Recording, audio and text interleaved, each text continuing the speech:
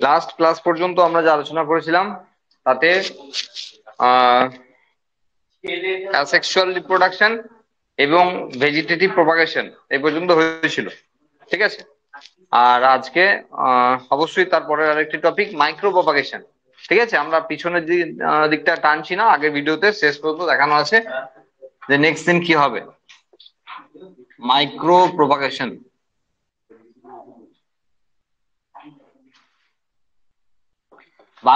বাংলায় বলা হয় অনুবিস্তারণ।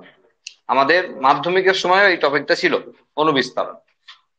আচ্ছা, যখন সেল ডিভিশনের পর জন্ম শুরু হতো তো ওখানে অনুবিস্তারণ ছিল মাধ্যমিকে।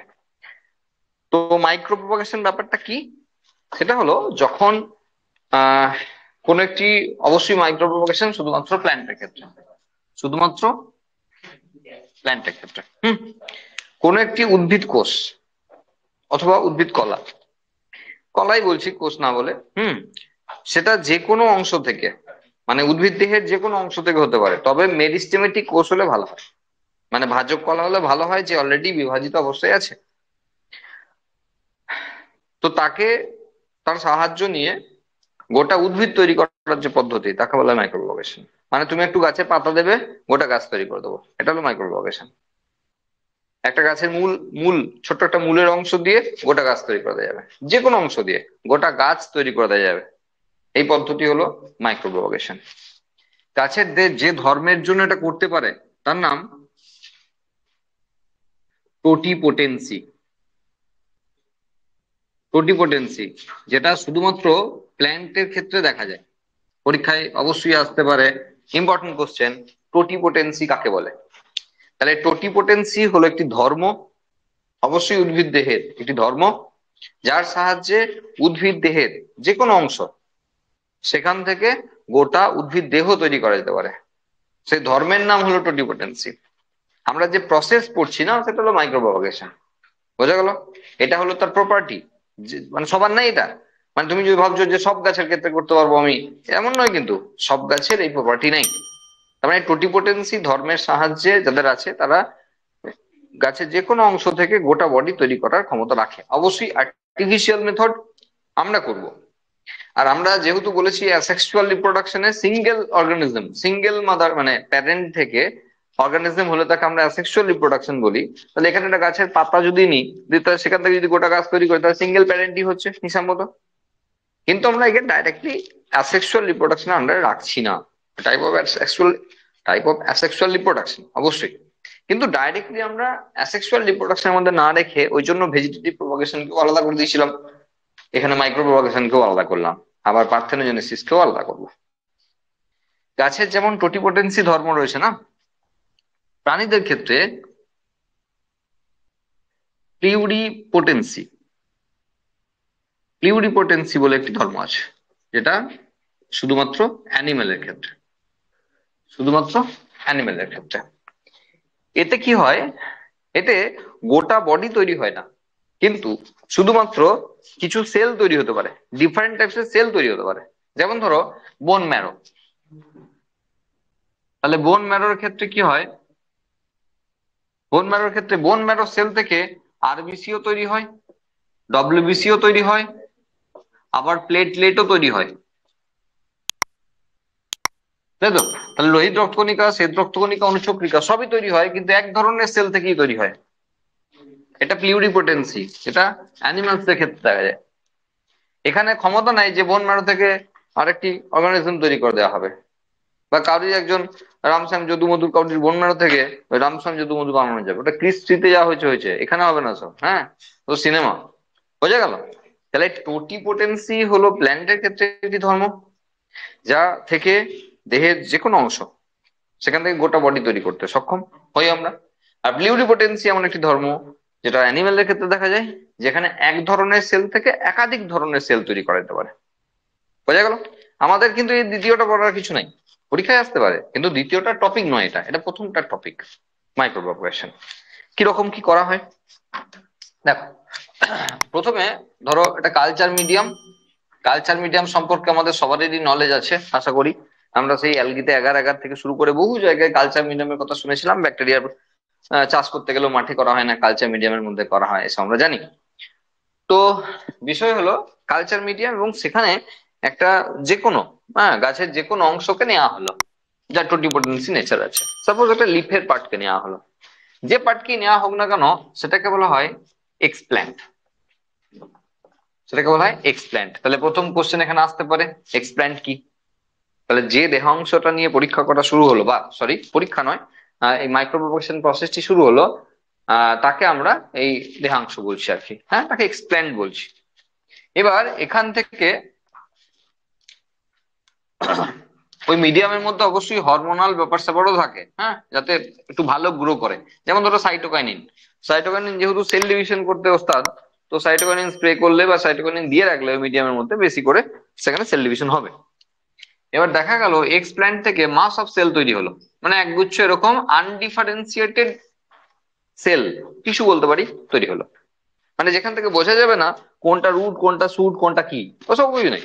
তো মাস অফ সেল, একই ধরনের সেল আনডিফারেন্সিয়েটেড বলছি, তার মানে হলো একই ধরনের সেল তৈরি হবে, একটা দলা তৈরি হলো।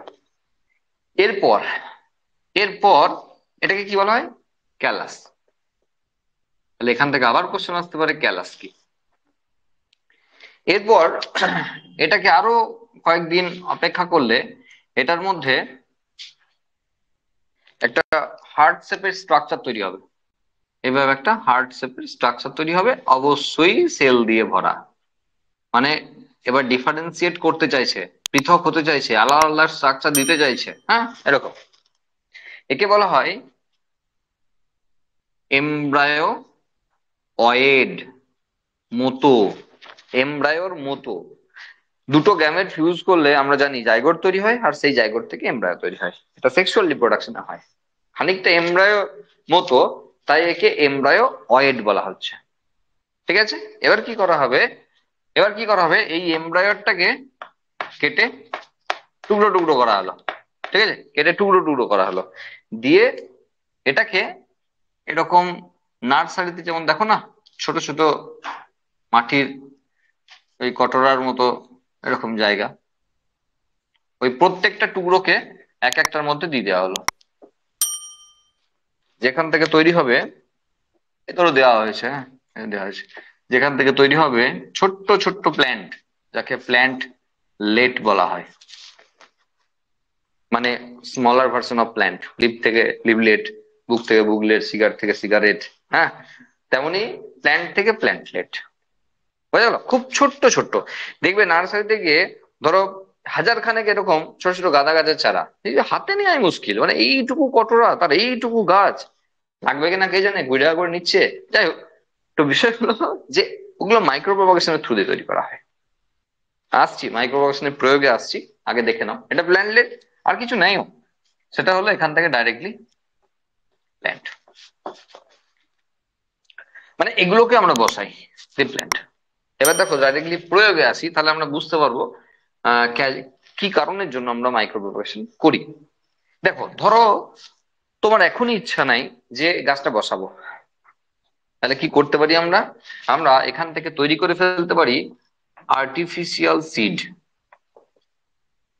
আর্টিফিশিয়াল সিড মানে কৃত্রিম বীজ, সোডিয়াম অ্যালজিনেটের আবরণ দিয়ে। মানে এই এমব্রায়োয়েড, ধরো এটা এমব্রায়োয়েড সাপোজ, হ্যাঁ আরো ছোট করি, এটা এমব্রায়োয়েড, এর উপরে সোডিয়াম অ্যালজিনেট এর আবরণ দেওয়া হলো, দিয়ে তৈরি হয়ে গেল আর্টিফিশিয়াল সিড, কৃত্রিম বীজ। এবার প্যাকেটের মধ্যে ভরে কিছু কেমিক্যাল দিয়ে, যারা প্রিজারভেটিভস আর কি দিয়ে, ব্যাস এখন 1 বছর পরে লাগালেও গাছটা হবে, ঠিক সিজনে 1 বছর পরে লাগালেও গাছটা হতে পারে। দেখবে যারা একটু গাছপালার সঙ্গে সম্পর্কিত, যাদের শখ আছে যে টুকটাক গাছ লাগানোর আর কি, ধরো ধরো ঢ্যাঁড়সের বীজ আনতে গেছো কোন নার্সারিতে, ঢ্যাঁড়সের নার্সারিতে না অ্যাকচুয়ালি বীজের দোকানগুলোতে ঢ্যাঁড়সের বীজ চেয়েছে, ওটা প্যাকেট দিয়েছে, দেখলে ঢ্যাঁড়সের বীজের যা সাইজ হয় তার থেকে ডবল ডবল সাইজের এরকম বড় বড়, আর কি যেন মাখানো আছে, এরকম সিড দিচ্ছে তোমাকে। তো সেক্ষেত্রে ওটা হলো আর্টিফিশিয়াল সিড, সোডিয়াম অ্যালজিনেটের আবরণ আছে, ওটা নর্মাল সিড না, নর্মাল সিড না, ওখানে এইরকম এমব্রায়োয়েড কেটে টুকরো করে তার উপর সোডিয়াম অ্যালজিনেটের আবরণ দেওয়া হয়েছে, দিয়ে তৈরি করা হয়েছে আর্টিফিশিয়াল সিড। সুবিধা কি, 1 বছর 2 বছর রাখতে পারবো, এবং যখন ইচ্ছা লাগাতে পারবো। যদি সিজন তোমার মানে গাছটা ফেভার করে তা যখন ইচ্ছা লাগাতে পারবো। এখানে প্ল্যান্টলেটকে ডাইরেক্ট লাগাতে হচ্ছিল তখন তাই। বোঝা যাচ্ছে কি বললাম?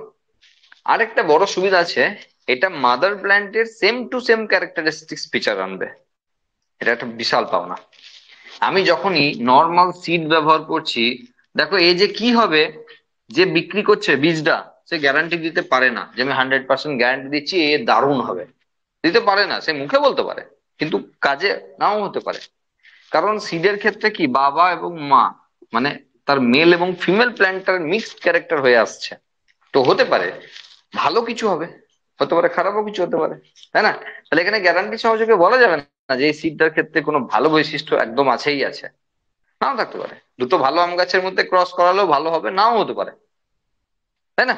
কিন্তু এখানে আমি গ্যারান্টি দিতে পারি যে এখানে ভালো হবেই হবে। কেন? আমি জানি এক্সপ্ল্যান্ট কি নিয়ে করা হয়েছে। সেই কোম্পানি, কোম্পানি তো ব্র্যান্ড ভ্যালু আছে। আর যে কোম্পানি ধরো বীজ বিক্রি করতে অভ্যস্ত, যে কোয়ালিটি বীজ দেয়, সে অবশ্যই ব্র্যান্ডেড গাছকে এক্সপ্ল্যান্ট হিসেবে নিয়েছে, মানে ভালো উন্নত। তো সেক্ষেত্রে আর্টিফিশিয়াল সিড অবশ্যই অবশ্যই ভালোই হবে। সেই জন্য অত জোর গলায় বলতে পারে না হবেই হবে, আপনি নিয়ে যান দেখবেন দারুণ গাছ হবে এবং দারুণ ফসল হবে। বোঝা গেল কি বললাম? এটা হলো একটা বড় সুবিধা। তাহলে আর্টিফিশিয়াল সিড এখান থেকে কোশ্চেন আসতে পারে, প্রচুর কোশ্চেন আসতে পারে। দেখো মাইক্রো প্রোপাগেশন কাকে বলে ডাইরেক্টলি কোশ্চেন আসতে পারে। সোডিয়াম অ্যালজিনেট, বই পাওয়া যাবে, নোটও পাওয়া যাবে, ঠিক আছে? Sodium alginate. যাই হোক, তো এখানে বিষয় হলো প্রথম মাইক্রো প্রোপাগেশন কাকে বলে বা মাইক্রো প্রোপাগেশন কি আসতে পারে পরীক্ষায়। নেক্সট এখানে আসতে পারে টোটিপোটেন্সি কি, আসতে পারে প্লিউরিপোটেন্সি কি, ঠিক আছে? আর কি আসতে পারে? আসতে পারে এক্সপ্ল্যান্ট কি, ক্যালাস কি, এমব্রায়োয়েড কি, গোটা মাইক্রো প্রোপাগেশনের প্রসেস আসতে পারে 3 নম্বরে, এবং শুধু মাইক্রো প্রোপাগেশনের প্রয়োগ আসতে পারে 3 নম্বরে। তাহলে অনেকগুলো কোশ্চেন মাইক্রো প্রোপাগেশন থেকে রয়েছে। প্রয়োগটাতে আমরা একটা করে আলোচনা করি। একটা আলোচনা হলো 2 নম্বর। ধরো তোমার কোনো সম্পর্কে দাদা বা দিদি ধরো নেদারল্যান্ডসে থাকে, ধরো আমেরিকায় থাকে, কোথাও একটা থাকে, বাইরে কোথাও একটা থাকে, আর তুমি বেড়াতে গেছো, ঠিক আছে? আর ওখানকার একটা গাছ তোমার খুব ভালো লেগেছে, যে তুমি ওটা বস্তাবন্দি করে নিয়ে আসতে চাইছো, মানে কিন্তু ওটা আনা যায় না, ওইভাবে আনা যাবে না, তার কারণ ওখানে কোয়ারেন্টাইন বলে একটি মেথড আছে, হ্যাঁ? তো ঝামেলা আছে, হ্যাঁ। তো সব ঝামেলা পার করে তুমি নিয়ে এসছো, হ্যাঁ। সে কি ঝামেলা আছে সে সব পরে দেখা যাবে, হ্যাঁ। তো নিয়ে এসছো কারণ মানে ইনফেকশন আসতে পারে আর কি, সেই হিসাবে কোনো দেশ থেকে অন্য দেশে কিছু অর্গানিক জিনিসপত্র নিয়ে যাওয়া যায় না, এটা নিয়ম। এবার বিষয় হলো যে ধরো নিয়ে এসছো, এবার এখানকার মাটিতে হয় সেটা জেনে বুঝে নিয়ে এসছো যে এখানকার মাটিতে হবে, এবার লাগিয়েছো, বেশ ভালোই ছিল। হঠাৎ করে দেখা গেল গাছটা মরতে বসেছে, 2-4টে পাতা বেঁচে আছে। আবার নতুন গাছ করতে পারি, মাইক্রো প্রোপাগেশন থ্রু দিয়ে আমরা আবার নতুন গাছ বানিয়ে নিতে পারি। বোঝা গেল?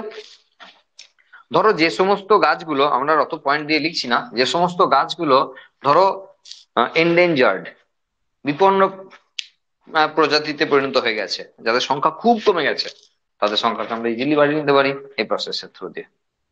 কোনো ওয়াইল্ড স্পিসিস যাকে বন থেকে গিয়ে কালেক্ট করতে হয়, অথচ মেডিসিনাল ভ্যালু হাই ফাই লেভেলে আছে, তো তাকে বারবার বনে গিয়ে কেন খুঁজবো? তাকে আমরা নিয়ে এসে আমরা মাইক্রো প্রোপাগেশনের থ্রু দিয়ে আমরা বাগানে চাষ করব, আমাদের মাঠে চাষ করব। তার জন্য আমরা অবশ্যই মাইক্রো প্রোপাগেশনে হেল্প নিতে পারি। যে সমস্ত গাছের ক্ষেত্রে তাদের রিপ্রোডাক্টিভ সাইকেল বিশাল বড়, দেখা যাচ্ছে 20 বছর, 22 বছর, 25 বছর, 30 বছরের রিপ্রোডাক্টিভ সাইকেল আছে, মানে তুমি 20 বছর পর একবার বীজ দেবে, একবার ফল দেবে, দিয়ে বীজ দেবে।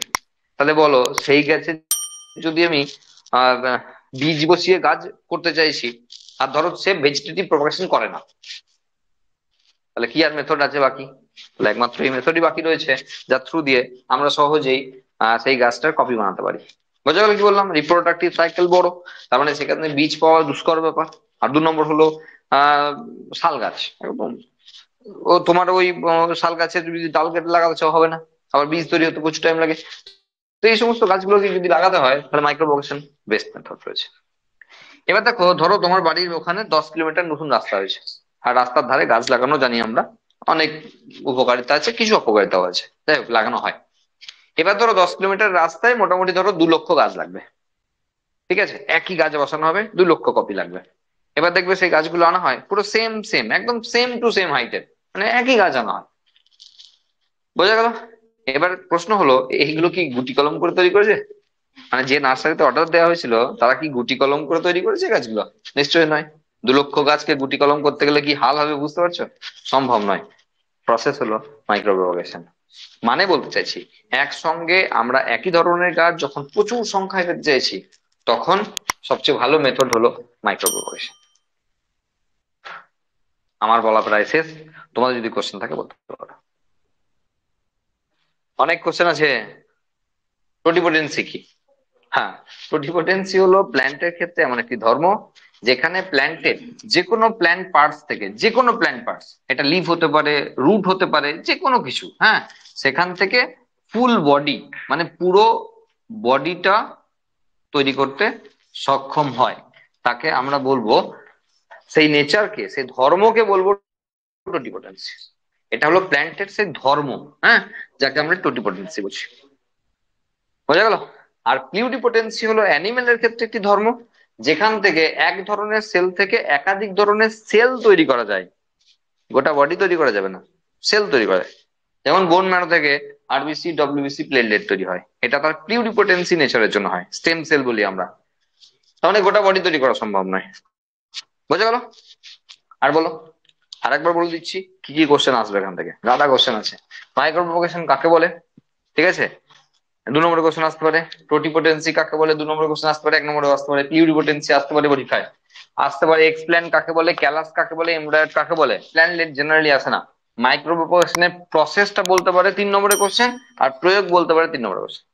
এই এতগুলো কোশ্চেন মাইক্রোপ্রোপোগেশন থেকে আসতে পারে। বুঝে? চলো নেক্সট। নেক্সট আমরা সেক্সুয়াল রিপ্রোডাকশন চলে যাবো। ঠিক আছে, দেখ মুছলাম, হ্যাঁ। আচ্ছা, যেটুকু অংশ হয়ে গেল আমি বলি, যেটুকু অংশ হয়ে গেল তা তো রেকর্ড হয়ে গেল। ঠিক আছে, যারা ধরো একটু পরে এলে, যারা একটু পরে এলে, তারা এই একটু 10-15 মিনিট রেকর্ডটা দেখে নেবে, তাহলে হয়ে যাবে। ঠিক আছে। আচ্ছা, দেখো নেক্সট আসছে আমরা সেক্সুয়াল রিপ্রোডাকশন। ওকে, দেখো একটা যে কোনো প্রাণীর বা উদ্ভিদের লাইফ সাইকেল যখন আমরা পড়ি, তখন আমরা তার ক্ষেত্রে জুভেনাইল ফেজ, আমরা পড়ি রিপ্রোডাক্টিভ ফেজ,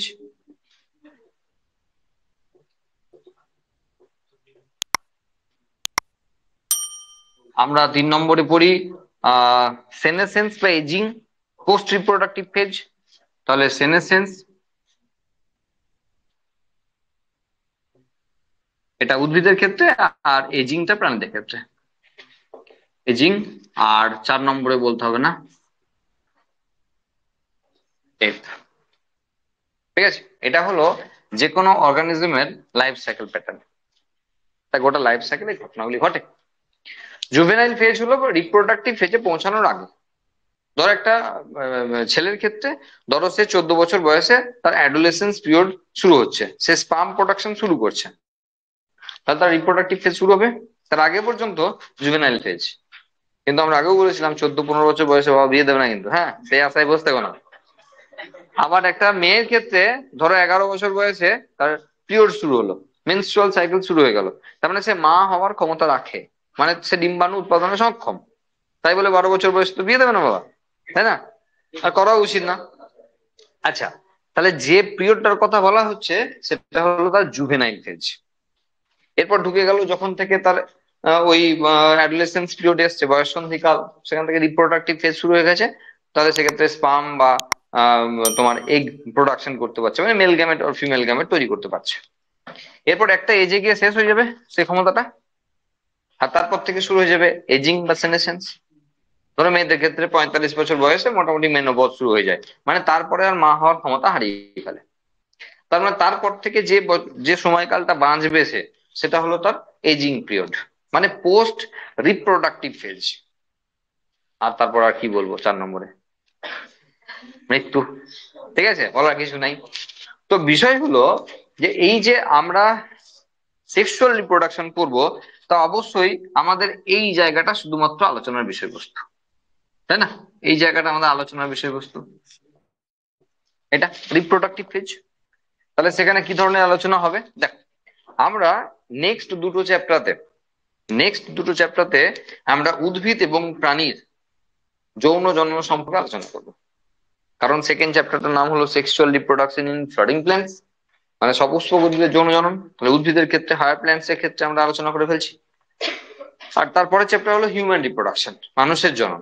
তার মানে সেখানে অ্যানিমেলের ক্ষেত্রে, হায়ার ক্লাসের অ্যানিমেলের ক্ষেত্রে আলোচনা করে ফেলছি। তাহলে রিপ্রোডাকশনের এখানে কি দেখবো? ইন্ট্রোডাকশন। কারণ রিপ্রোডাকশন ডিটেলসে আমরা অবশ্যই নেক্সট চ্যাপ্টার গুলোতে পড়বো। তাহলে এখানে শুধুমাত্র তোমাদের একটি জেনারেল আইডিয়া দেওয়া হবে, যেখানে আমরা এই জাস্ট সেক্সুয়াল রিপ্রোডাকশন কি আর কি কি ঘটনা ঘটে সেগুলো নিয়ে আলোচনা। ওকে, দেখো, রিপ্রোডাক্টিভ ফেজে পৌঁছালে যে ঘটনাগুলি ঘটে সেটা হলো গ্যামেটোজেনেসিস। জেনেসিস মানে উৎপাদন, আর বুঝতেই পারছি গ্যামেট উৎপাদনের প্রক্রিয়া। তার মানে যার থ্রু দিয়ে মেল গ্যামেট এবং ফিমেল গ্যামেট তৈরি হবে।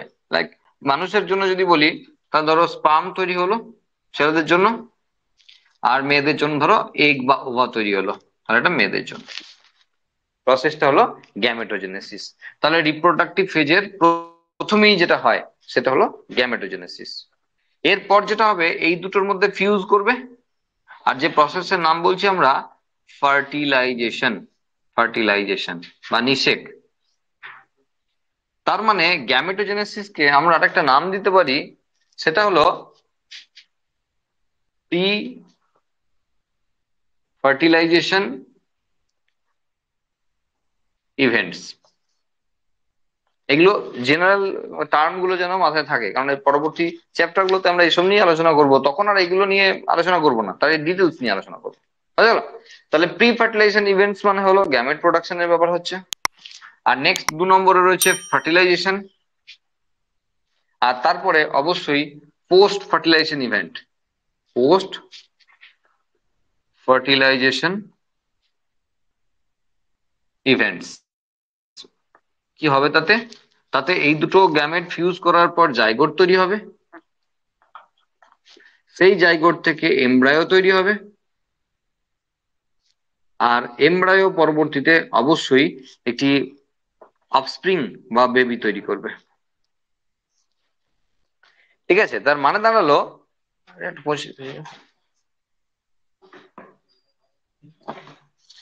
ঠিক আছে, তার মানে দাঁড়ালো যে এখানে এটাকে আমরা এমব্রায়োজেনেসিসও বলতে পারি। এমব্রায়োজেনেসিস,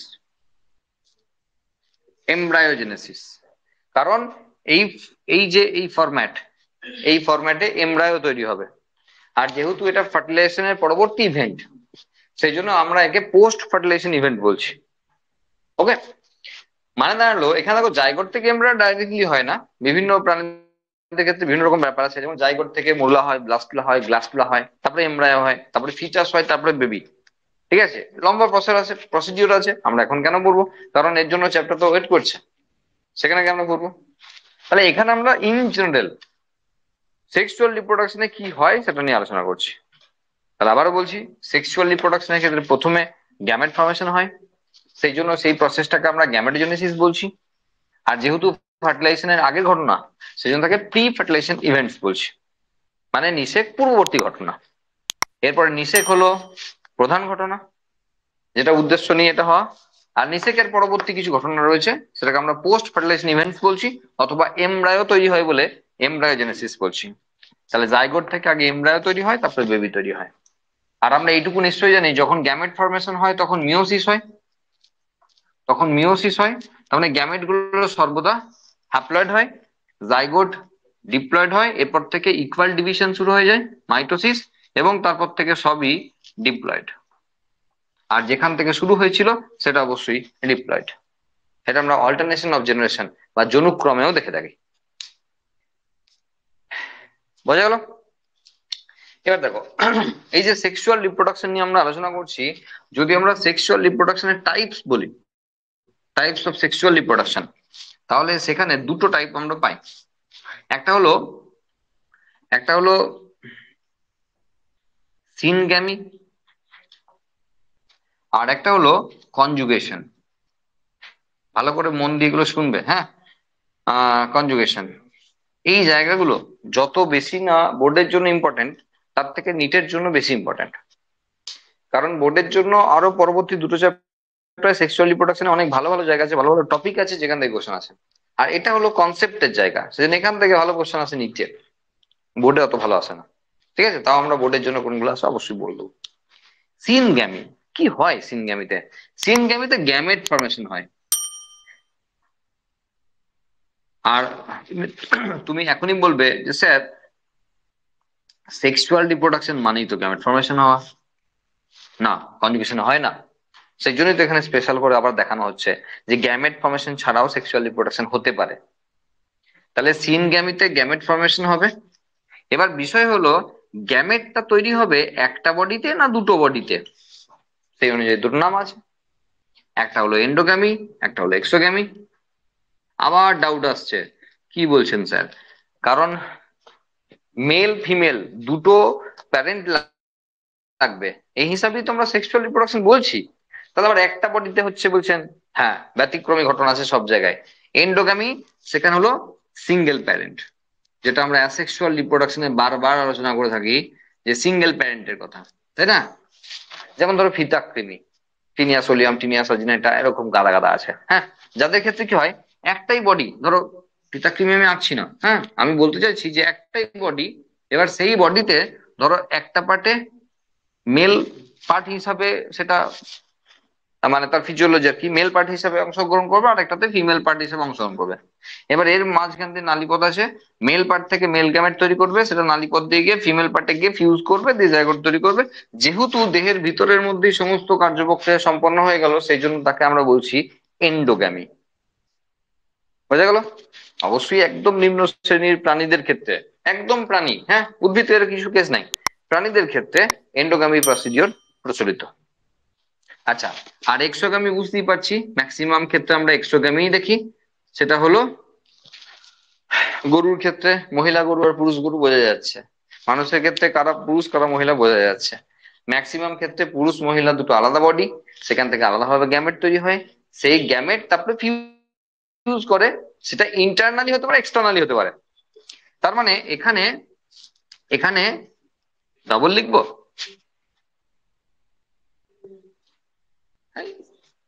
ঠিক হচ্ছে না। এখানে নর্মাল প্যারেন্ট লিখতে পারি, মানে মেল এবং ফিমেল দুজন অংশগ্রহণ করবে, দুটো আলাদা বডি, হ্যাঁ। এবং এখানে মেল থেকে মেল গ্যামেট, ফিমেল থেকে ফিমেল গ্যামেট হবে। তার মানে মেল বডি থেকে মেল গ্যামেট, ফিমেল বডি থেকে ফিমেল গ্যামেট। এবার এখানে এখানে একটা প্রসিডিওর চলে আসছে, যে ফার্টিলাইজেশন। ফার্টিলাইজেশন সেটা দুটো জায়গাতে হতে পারে, ভালো করে বুঝবে। আমি একটু একটু ঘেঁটে পড়াচ্ছি তোমার বই অনুযায়ী, কিন্তু আমি সব মিলিয়ে দেবো শেষে, হ্যাঁ। সেই হিসাবে লজিক্যালি মানে স্টেপ ওয়াইজ পড়াচ্ছি, বই একটু এদিকে ওদিকে আছে, হ্যাঁ। দেখো, এক্সোগামী হলে কি বললাম, যে এটা দুটো আলাদা বডিতে হবে। এটা যেমন সিঙ্গেল প্যারেন্ট লিখেছিলাম, একটা বডিতে হবে। তাহলে একটা বডির কেস ছিল সেক্সুয়াল রিপ্রোডাকশন, এখানে দেখতে পাচ্ছি সেক্সুয়াল রিপ্রোডাকশন একটা বডি রয়েছে, এমনও রয়েছে। আচ্ছা, এক্সোগামীর ক্ষেত্রে কি বললাম, দুটো আলাদা প্যারেন্ট, মানে বাবা আলাদা মা আলাদা। তাহলে মেল গ্যামেট, মেল বডি থেকে মেল গ্যামেট, ফিমেল বডি থেকে ফিমেল গ্যামেট তৈরি হবে, সেই দুটো ফিউজ করবে। ফিউজকে যদি আমরা ফার্টিলাইজেশন বলি, তাহলে সেই ফিউজের অপশনটা আবার দুটো রয়েছে। একটা হলো ইন্টারনাল ফার্টিলাইজেশন, আর একটা হলো এক্সটার্নাল ফার্টিলাইজেশন। এক্সটার্নাল তার মানে নিষেকটা দেহের ভেতরে হতে পারে, দেহের বাইরে হতে পারে। নিষেক প্রক্রিয়াটা দেহের ভেতরে হতে পারে, দেহের বাইরে হতে পারে। যেমন দেহের ভিতরেই ম্যাক্সিমাম ক্ষেত্রে হবে, যেমন মানুষের হয়। তাহলে মেল তার মেল গ্যামেটকে ফিমেল বডির মধ্যে ইজাকুলেট করে, তারপরে ফিমেল বডির মধ্যে ফার্টিলাইজেশন হয়, তারপরে বাচ্চা হয়। কিন্তু যদি আমরা ব্যাঙের ক্ষেত্রে দেখি, সাপ, মাছের ক্ষেত্রে দেখি, অবশ্যই অস্টিক ফিশ এখানকার মাছ, তাহলে দেখবো যে সেখানে ফার্টিলাইজেশন বাইরে হচ্ছে, জলের মধ্যে হচ্ছে। তাহলে মেল এবং ফিমেল, এই যে বর্ষাকালে ব্যাঙগুলো ডাকে, আমরা তো আগেও পড়েছি, বর্ষাকালে ব্যাঙগুলো গ্যাংর গ্যাং করে ডাকে। তো বিষয় হলো মেল ব্যাঙগুলো ফিমেল ব্যাঙের উদ্দেশ্যে এই কর্কশ কণ্ঠে ডেকে চলছে, ঠিক আছে। আর এই ডাকই কোন পার্টনারের সঙ্গে সে মিলিত হবে তা ঠিক করে দেয়। মানে যে যত বিচ্ছিরি ভাবে ডাকতে পারবে তার কাছে ফিমেল তত অ্যাট্রাক্টেড হয়ে আসবে। যাকে যার যেমন ব্যাপার আর কি। হ্যাঁ, তাহলে এখানে যে ব্যাঙগুলো বর্ষাকালে অভদ্রের মতো ডাকে সেগুলো সব মেল, ঠিক আছে? তারা ফিমেলকে অ্যাট্রাক্ট করার চেষ্টা করছে, গান শোনাচ্ছে। হ্যাঁ, এবারে যে গান শুনে আসবে তার সঙ্গে রিপ্রোডাকশনে মানে যৌন জননে মিলিত হবে। এইবার দুজন ভালো করে বুঝবে, দুজন যৌন জননে মিলিত হলেও গ্যামেট কিন্তু বাইরে ছাড়বে। মানে মেল মেল গ্যামেট বাইরে ছেড়ে দেবে, ফিমেল ফিমেল গ্যামেট বাইরে ছেড়ে দেবে, জলের মধ্যে ছেড়ে দেবে। এরপর কেমোট্যাকটিক মুভমেন্টের সাহায্যে মেল গ্যামেট পৌঁছে যাবে ফিমেলের কাছে এবং তারপরে ফিউজ হবে, ফার্টিলাইজেশন হবে। তাহলে ফার্টিলাইজেশন হলো জলের মধ্যে, মানে এক্সটার্নালি, সেই জন্য সেই ধরনের ফার্টিলাইজেশনকে এক্সটার্নাল ফার্টিলাইজেশন বলছি। তাহলে এক্সোগ্যামির ক্ষেত্রে ইন্টারনাল ফার্টিলাইজেশন হতে পারে, এক্সটার্নাল ফার্টিলাইজেশন হতে পারে। বোঝা গেল কি বললাম? সেই জন্য একটু অন্যরকম ভাবে পড়লাম। তাহলে এখানে যে মেল গ্যামেট এবং ফিমেল গ্যামেট রয়েছে তাদের মধ্যে ফিউজ করার যে অপশন তাকেই বলা হয় ফার্টিলাইজেশন। আর সেই ফার্টিলাইজেশন ইন্টারনাল এক্সটার্নাল হতে পারে। আচ্ছা, এখানে কি আমাদের আলোচনা করার দরকার আছে ইন্টারনাল না এক্সটার্নাল হবে? Obviously internal. তাহলে ওখানে কোনো প্রশ্নই হলো না, কারণ এন্ডোগ্যামির ক্ষেত্রে ইন্টারনালই হবে সবসময়, কিন্তু এক্সোগ্যামির ক্ষেত্রে ইন্টারনাল হতে পারে, এক্সটার্নাল হতে পারে। বোঝা গেল কি বললাম? এইবার গ্যামেট কত রকমের হয় সেই অনুযায়ী এখানে আবার একটা জিনিস আমরা পড়বো। সেটা হলো, এটা আমরা আগেও পড়েছি অ্যালগি এবং ফাঙ্গাই প্রত্যেকে, আইসোগ্যামি, অ্যানাইসোগ্যামি, অ্যান আইসো, তাই তো? আইসো মানে যদি সমান হয়, অ্যান মানে অ্যাবসেন্ট। তাহলে যে জায়গায় গ্যামেট সমান নয়, মানে একই রকম নয়, তাকে অ্যানাইসোগ্যামি বলা হয়। আর সি তে রয়েছে উগ্যামি, আরো একটা আছে ডি তে, দরকার নেই। দেখো, এই দুটো গ্যামেট ধরো এক, ত্রুটি মার্জনীয়, মানে এক যদি না লাগে, এরও ফ্লাজেলা আছে এরও ফ্লাজেলা আছে, morphologically similar but physiologically dissimilar. মানে অত বুঝে লাভ নেই। সোজা কথাই হলো, একে কে মেল কে ফিমেল কি করে বুঝবো? একই রকম তো। সেই জন্য এদেরকে প্লাস মাইনাস দিয়ে ডিনোট করা হয়।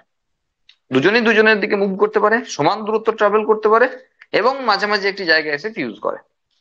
তো যদি দুটো গ্যামেট দেখতে একই রকম হয় তখন তাকে আইসোগ্যামি বলি।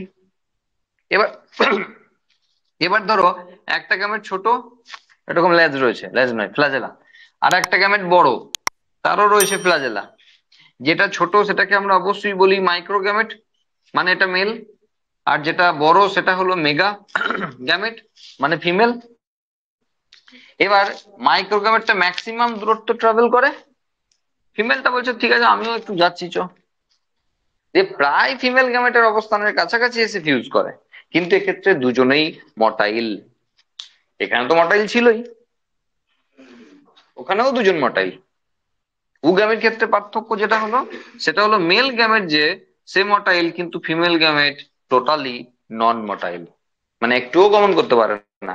মেল গ্যামেট পুরো দায়িত্ব নিয়ে ফিমেল গ্যামেটের কাছে আসতে হবে, ফিমেল গ্যামেট একটুও যাবে না।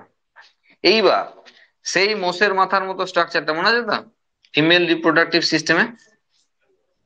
ঠিক আছে, চলো। তাহলে সেখানে আমরা দেখেছিলাম যে এখানে আমি হাসি কথা বলি, হাসতে এমন কোনো মানে নেই। হ্যাঁ, আচ্ছা, এটা হলো ডিম্বাশয়। তাহলে এখান থেকে ডিম্বাণু রিলিজ করলো, সেই ডিম্বাণু কিন্তু মানে এগ, মানে ফিমেল গ্যামেট, সেই এগ কিন্তু এখানে আসে। আর স্পাম গুলো এখানে যখন পড়ে, সেই স্পাম গুলো ছুটে ছুটে এখানে আসে, ফিউজ করে এখানে অ্যাম্পুলা রিজিয়ানে। তাহলে এইখান থেকে এখানে তো গেল। তাহলে একে আমি অ্যানাইসোগামি বলবো না উগামি বলবো? আমাদের রিপ্রোডাকশন বলছি, হিউম্যান বিংস এর ক্ষেত্রে ফিমেলের রিপ্রোডাকশন টাইপ বলছি। দেখতে তো কেমন অ্যানাইসোগামির মতোই লাগছে, কিন্তু হতেই পারে না, কারণ আমাদের মতো অ্যাডভান্স জায়গায় উগামি হবে, হ্যাঁ অ্যানাইসোগামি হবে, উগামি হবে। আইসোগামি অ্যানাইসোগামি নিম্ন শ্রেণীর উদ্ভিদ প্রাণীদের জন্য, আমাদের ক্ষেত্রে উগামি। এবার বিষয় হলো এইখান থেকে এখানে ও নিজে নিজে এসছে, ওকে আর নেই সে। বোঝা গেল? এই যে ফ্যালোপিয়ান টিউবের যে মুভমেন্ট, ফ্যালোপিয়ান টিউব মুভ করিয়েছে একে এখান থেকে এখানে, এ নিজে নিজে আসা নাই। তাহলে আর কি হলো? তো তো নিশ্চয়ই হলো না। ফ্যালোপিয়ান টাইপ ওই ওই যে ফিমরি না, ওই শব্দ এম কিছু, এম কিছু, ও ভিতর থেকে এখানে পৌঁছে দিয়েছে। তাহলে এ কিন্তু নন মোটাইল, এখান থেকে এখানে এসে পৌঁছেছে, সুতরাং আমরা আমাদের টাইপটা উগামি। তাহলে এখানে আরেকটি শর্ট কোশ্চেনের ব্যাপার দেখে গেলাম। হ্যাঁ, আইসোগ্যামি অ্যানাইসোগ্যামি উগ্যামি বইয়ে পার্থক্য দেওয়া আছে, পার্থক্যটা করতে হবে। হ্যাঁ, আইসোগ্যামি অ্যানাইসোগ্যামি অ্যান্ড উগ্যামি। আবার একবার ফিরে আসছে এখানে, দেখো টাইপস অফ সেক্সুয়াল রিপ্রোডাকশন, যেখানে আমরা বলছিলাম সিনগ্যামি আর কনজুগেশন হয়। সিনগ্যামির ক্ষেত্রে গ্যামেট ফর্মেশন করতে হচ্ছিল। গ্যামেট ফর্মেশন দুভাবে হতে পারে, সিঙ্গেল বডিতে হতে পারে, আলাদা আলাদা বডিতে হতে পারে। তাহলে এন্ডোগ্যামি সিঙ্গেল বডিতে হলে, আর এক্সোগ্যামি যদি দুটো বডিতে হয়। বাকি যা যা বলার সব বললাম। আমরা নেক্সট টাইপ চলে যাব, কনজুগেশন। এখানে দুটো কনজুগেশন আছে আমাদের সিলেবাসে, দুটো কনজুগেশনে আমাদের 3 নম্বরের কোশ্চেন আলাদা আলাদা করে। মানে স্পাইরোগাইটার কনজুগেশন প্রসেস আমাদের পরীক্ষায় আসতে পারে 3 নম্বরের কোশ্চেনে, আর প্যারামেসিয়ামের কনজুগেশন মেথড আসতে পারে 3 নম্বরে। তাহলে এখানেও ইম্পর্টেন্ট জিনিস রয়েছে, আমরা 3 নম্বরের কোশ্চেন নিয়ে আলোচনা করছি, সুতরাং যত্ন নিয়ে দেখবে। ঠিক আছে? আচ্ছা, এটা করার আগে আমরা একটা জিনিস করতে পারি, সেটা হলো এই যে সেক্সুয়াল রিপ্রোডাকশন হচ্ছে, যে নতুন একটা অফস্প্রিং তৈরি হচ্ছে, এই অফস্প্রিংটা কিভাবে তৈরি হয় সেই অনুযায়ী 3টে ভাগ আছে। দেখবে সান্ত্রার বই, ফ্যাক্ট ফাইন্ডার বা ছায়ার বই জেনে রাখো, এসব বিষয়ে দেওয়া থাকবে। যদিও সেটা পরীক্ষায় পড়বে, ওই বক্সের মধ্যে আছে বলে পরীক্ষায় পড়বে না তা নয়, এক্সট্রা জিনিস না, পরীক্ষায় পড়বে। সেটা হলো ওভিপেরাস, ভিভিপেরাস আর ওভোভিভিপেরাস। এটা আমরা ওই অ্যানিমাল ক্লাসিফিকেশনেও পড়িয়েছিলাম।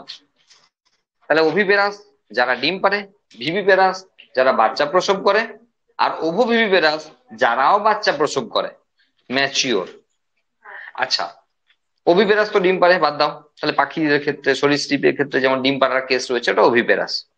ভিভিপেরাস, ভিভিপেরাস জরায়ুজ না, ওই সুন্দরী মানে ওই ম্যানগ্রোভের ক্ষেত্রে জরায়ুজ অঙ্কুরোদ্গমের টার্মটা এখান থেকেই এসেছিল, যেহেতু ওরা পুরো সিডটাকে ম্যাচিওর করে অঙ্কুরোদ্গম করিয়ে ফেলে দেয়, মানে বাচ্চা তৈরি করে ফেলে দিল আর কি, যাকে বলে। তো আমাদের ক্ষেত্রে যখন একটা বাচ্চা বেবি আসে, তখন কিন্তু সে ম্যাচিওর অবস্থায় আছে। আচ্ছা, ম্যাচিওর মানে কিন্তু 18 বছর বয়সী নয় কিন্তু, হ্যাঁ।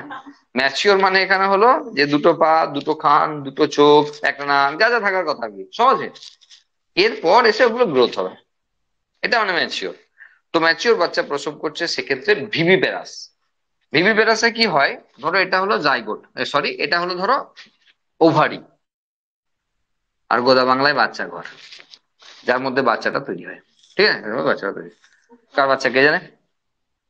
এবার ভিভিপেরাসের কেস হলো যে এখানে যে ওভারিয়ান ওয়াল রয়েছে, মানে যে তোমার কি বলছি, ইউটেরাস, হ্যাঁ, জরায়ু, ইউটেরাস, বাচ্চা ঘর।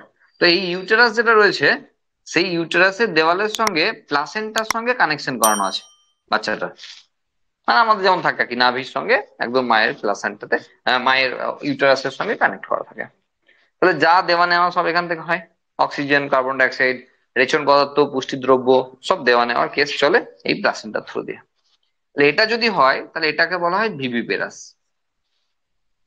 ওভোভিভিপেরাস হলো, এটা মুছে দাও, তাহলে হয়ে গেল। দুটোর ক্ষেত্রেই বাকিটা এক, এও ম্যাচিওর বাচ্চা প্রসব করছিল, ও ম্যাচিওর বাচ্চা প্রসব করছিল। তাহলে এখন প্রশ্ন চলে এলো, এর নাই প্লাসেন্টা দিয়ে যাওয়া আসা করছিল সব, তাহলে এর কি হয়? মানে ওর নাই যাওয়া আসা করছিল প্লাসেন্টা দিয়ে, তাহলে এর কি হয়? এর বলে দিয়েছিলাম 11 সব, এর ইউটেরাসের যে ওয়াল রয়েছে, সেই ওয়ালের থ্রু দিয়ে এদের ব্যাপন প্রক্রিয়ায় জিনিসপত্র এক্সচেঞ্জ করে নেয়। অক্সিজেন, কার্বন ডাইঅক্সাইড, রেচন পদার্থ, পুষ্টিদ্রব্য সবই ব্যাপন প্রক্রিয়ায়, ডিফিউশন পদ্ধতি, ব্যাপন প্রক্রিয়ায় এরা এক্সচেঞ্জ করে নেয়। সুতরাং পার্থক্য এটাই, এখানে প্লাসেন্টাল কানেকশন নাই, আর ভিভিপেরাসে প্লাসেন্টাল কানেকশন আছে। বোঝা গেল? এই টুকরো একটা জিনিস বাকি ছিল, এটা বলে দিলাম। এরপর চলে আসছে আমরা ডাইরেক্টলি কনজুগেশন। আবারও মনে করে দিচ্ছি, এটা সেক্সুয়াল রিপ্রোডাকশনের একটি প্রসেস। দুভাবে সেক্সুয়াল রিপ্রোডাকশন হয়, একটা সিনগ্যামি মানে গ্যামেট ফর্ম করিয়ে, আর একটা গ্যামেট ফর্ম না করিয়েও হয় সেক্সুয়াল রিপ্রোডাকশন। আর সেই জন্য গোটা বোর্ডটা মুছে দেবো। আমরা আসছি কনজুগেশন। কনজুগেশন স্পাইরোগাইডার ক্ষেত্রে, ধরো এটা স্পাইরোগাইডার ফিলামেন্টাস বডি, আমরা জানি অ্যালগির ক্ষেত্রে ফিলামেন্ট বলা হয়। তাহলে এগুলো প্রত্যেকটা সেল, যারা কথা বলছে তারা পড়া বলবে, ধরবো এখনই। এগুলো নিউক্লিয়াস, আর তার সঙ্গে অবশ্যই সাইটোপ্লাজম। ঠিক আছে, আর পাশে আমরা আরেকটা স্পাইরোগাইডাকে আঁকছি, জাস্ট কালারটা আলাদা করলাম, তাতেই বোঝা যাচ্ছে যে আলাদা স্পাইরোগাইডা। ঠিক আছে, এরও ফিলামেন্টাস বডি, নিউক্লিয়াস এবং অবশ্যই সেল ওয়াল, দেন সাইটোপ্লাজম। ঠিক আছে, এইবার এরা যখন সেক্সুয়াল রিপ্রোডাকশন করবে তখন এদের গ্যামেট ফর্ম করবে না। কি হবে, এরা দুটো ফিলামেন্ট কাছাকাছি আনবে, দুটোর মধ্যে একটা কনজুগেশন টিউব তৈরি হবে। আমি আর বেশি কাছাকাছি আনতে পারলাম না, ঠিক আছে, কারণ দূরেই এঁকে ফেলেছি তো, বোঝা গেল?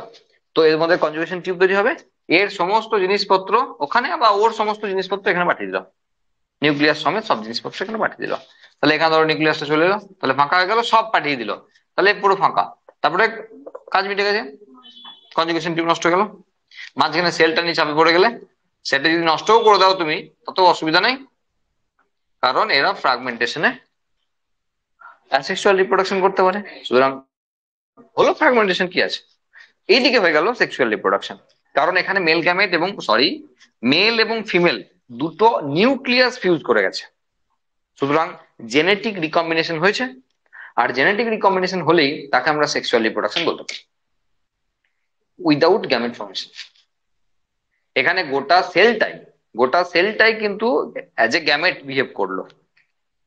এবার যেহেতু এখানে মেল ফিমেল বোঝা যায় না, তো জাত থেকে যায় তাকে মেল ধরে নি, আর যাতে গেল তাকে ফিমেল ধরে নি, অথবা এখানে প্লাস মাইনাস দিয়ে ডিনোট করা হয়, সেটাই সবচেয়ে বেটার, এসব না করে। বোঝা গেল? এটা হলো স্পাইরোগাইরার ক্ষেত্রে স্ক্যালারিফর্ম কনজুগেশন। দু রকমের কনজুগেশন আছে, একটা ল্যাটারাল কনজুগেশন আর একটা স্ক্যালারিফর্ম কনজুগেশন। এই পর্যন্ত তো ঠিকই ছিল। দেখো এরপর একটা ল্যাটারালটা একবার দেখো। ল্যাটারালে কি হয়, সেম বডিতেই হয়ে যায়, ওকেও লাগবে না, মানে এর মধ্যে একটা টিউব তৈরি করলো আর টিউব গিয়ে নষ্ট করে দিলে হলো, দিয়ে এখান থেকে নিউক্লিয়াসটা এখানে চলে গেল, ব্যাস জায়গা তৈরি গেল, গল্প শেষ। এটা হলো ল্যাটারাল। যদি সেম বডিতে হয় তাহলে সেটা হলো ল্যাটারাল, আর আরেকটা রয়েছে স্ক্যালারিফর্ম। এই দুই ধরনের কনজুগেশন প্রসেস রয়েছে স্পাইরোগ্যারার ক্ষেত্রে। একদম শক্ত কিছু নয়, খুব সোজা জিনিস। স্পাইরোগ্যারার ক্ষেত্রে আমরা ইজিলি একটা রাফ স্কেচ করে আমরা লিখে দিতে পারি, কোনো অসুবিধা হবে না। কিন্তু প্যারামেসিয়ামের ক্ষেত্রে বলবো একটু যত্ন সহকারে দেখার জন্য, কারণ একবার বলবো যেন বুঝতে পারবে, ঠিক আছে? একটু মন দিয়ে শুনতে হবে, হ্যাঁ, অনেক কিছু হবে, ঠিক আছে, সেজন্য একটু মন দিয়ে শুনতে হবে। এখানে কোনো সমস্যা? তাহলে দুটো আলাদা বডিতে হতে পারে, দুটো আলাদা ফিলামেন্টে হতে পারে, সেম ফিলামেন্টে হতে পারে, একটা ল্যাটারাল একটা স্ক্যালারিফর্ম। ওকে, আচ্ছা এটা থাক। Next, paramecium. ধরো এটা একটা প্যারামেসিয়াম। প্যারামেসিয়ামের দুটো নিউক্লিয়াস দেখা যায়, কারা জানে না? একটা মাইক্রোনিউক্লিয়াস, একটা ম্যাক্রোনিউক্লিয়াস। মাইক্রোনিউক্লিয়াসটা অ্যাকচুয়ালি জেনেটিক মেটেরিয়াল আছে, মানে ও জনন প্রক্রিয়ায় অংশগ্রহণ করবে, বা জেনেটিক রেগুলেশন যা যা হবে সবই মাইক্রোগ্যামেটের থ্রু দিয়ে, মাইক্রোনিউক্লিয়াসের থ্রু দিয়ে। আর এই ম্যাক্রোগ্যামেট যেটা, ম্যাক্রোনিউক্লিয়াস যেটা, সেটা হলো মেটাবলিজমে হেল্প করে, এর বিপাক ক্রিয়া চালায়। তাহলে দুটো নিউক্লিয়াস থাকে, মাইক্রোনিউক্লিয়াসটা অ্যাকচুয়ালি জেনেটিক মেটেরিয়াল ধারণ করেছে, নিউক্লিয়াসের যা ব্যাপার থাকে আর কি সেটা অ্যাকচুয়ালি মাইক্রো। আর ম্যাক্রোটা সেটা হলো এর দেহে বিপাক কার্য নিয়ন্ত্রণ করে। এবার আরেকটা প্যারামেসিয়াম আঁকবো, কারণ যেহেতু সেক্সুয়াল রিপ্রোডাকশন বুঝতেই পারছি, আর একটা প্যারামেসিয়াম আসবে কাছে, তাহলে সেখানে দুটোর ক্ষেত্রেই আমরা ওই সিলিয়া ফিলিয়া যা দেবে দাও, কোনো অসুবিধা নেই, এই গোটা বডি দিতে হবে, ওসব আর দিচ্ছি না, ঠিক আছে? এইবার এর বডিতেও তাই করব, একটা ম্যাক্রোনিউক্লিয়াস একটা মাইক্রোনিউক্লিয়াস, ঠিক আছে? এবার মন দেবে, প্রথমেই ম্যাক্রোনিউক্লিয়াস ডিজলভ করে গেল, নষ্ট হয়ে গেল।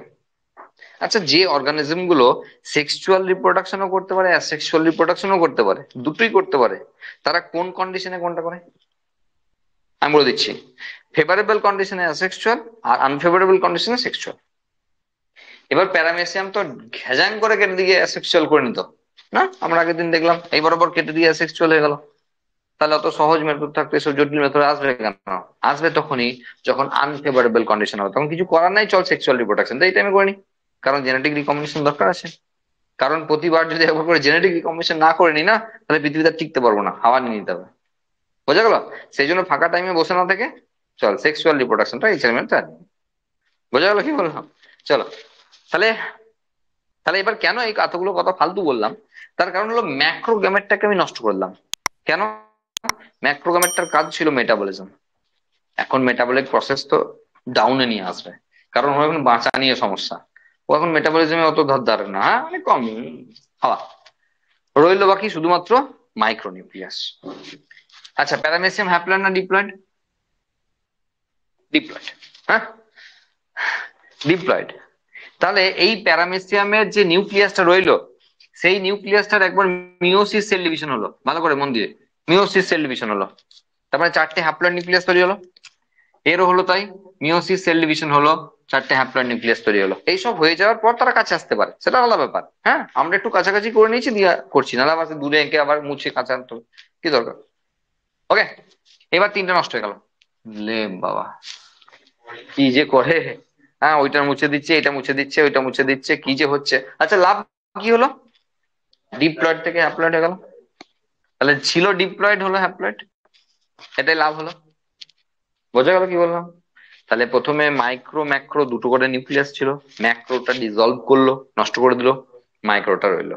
মাইক্রোটা ডিপ্লয়েড ছিল, ডিপ্লয়েডটার ডিপ্লয়েড নিউক্লিয়াসের উপর মিওসিস সেল ডিভিশন করলো, হয়ে গেল চারটে হ্যাপ্লয়েড।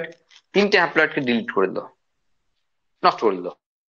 মানে এখানে অ্যাকচুয়ালি কি হয়, একটা একটা একটা নিউক্লিয়াসকে বড় রাখে আর বাকিগুলো ছোট রাখে, তাহলে অটোমেটিক সেগুলো নষ্ট হয়ে যায়। মানে এখানেই হলো এটাই। এইবার দেখো, এই নিউক্লিয়াসটাকে না একটু খেয়ে মেখে বড় করলো আর কি, হ্যাপ্লয়েড নিউক্লিয়াসটাকে একটু বড় করলো, একটু সময় নিয়ে বড় করলো। ও, একটাকে দেখাচ্ছি, হ্যাঁ, একটা দেখালেই তো হবে, দূরতা কি। তাহলে এটা বড় করলো, তাহলে এটা কিন্তু হ্যাপ্লয়েড, হ্যাঁ, বড় হয়ে গেল বলে আবার ডিপ্লয়েড করে দেবে না, হ্যাপ্লয়েড।